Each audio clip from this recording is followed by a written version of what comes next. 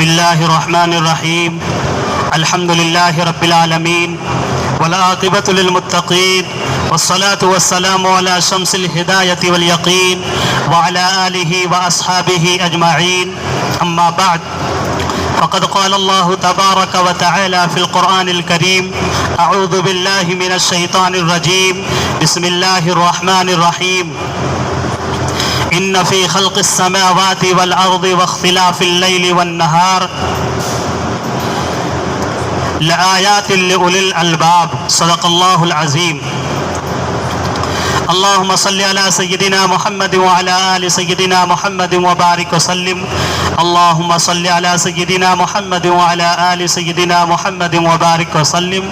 اللهم صل على سيدنا محمد وعلى آل سيدنا محمد وبارك وسلم محترم بزرگوں اور بھائیوں، اس وقت کا جو موسم ہے گرمی کا موسم، بے پناہ گرمی کا احساس، ہر شخص ہر جاندار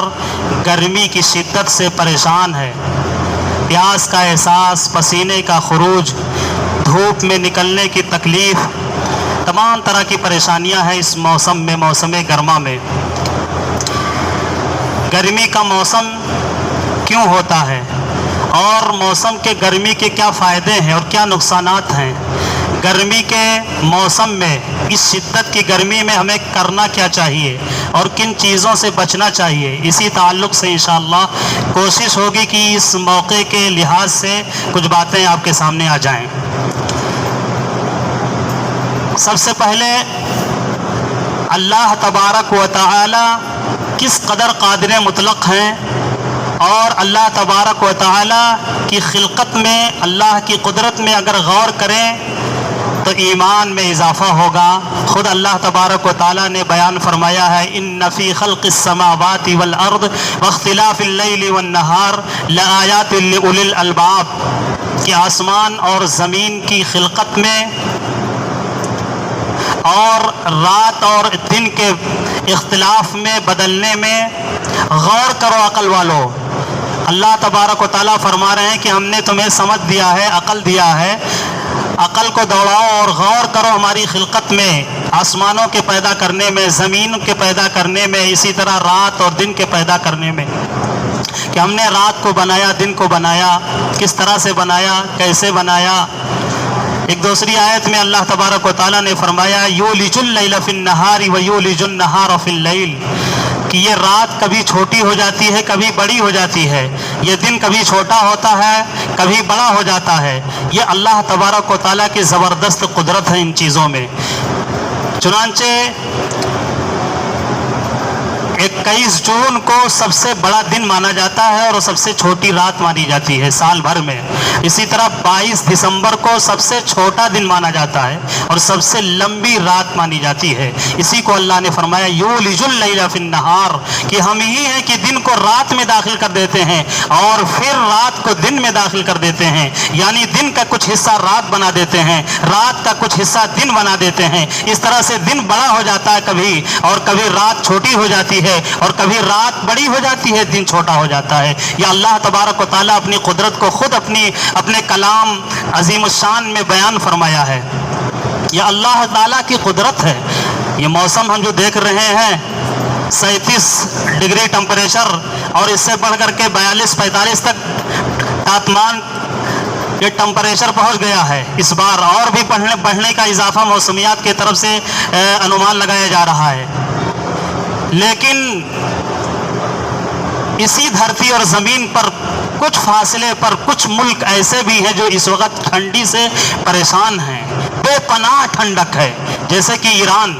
ایران کا موبائل میں ٹمپریچر دیکھیں تو وہاں کا 6 اور 7 ٹمپریچر ہے، یعنی کڑاکے کی ٹھنڈی وہاں ہو رہی ہے۔ یہ اللہ کی کتنی زبردست قدرت ہے کہ ہم ٹھنڈا کرنے کے لیے، ہم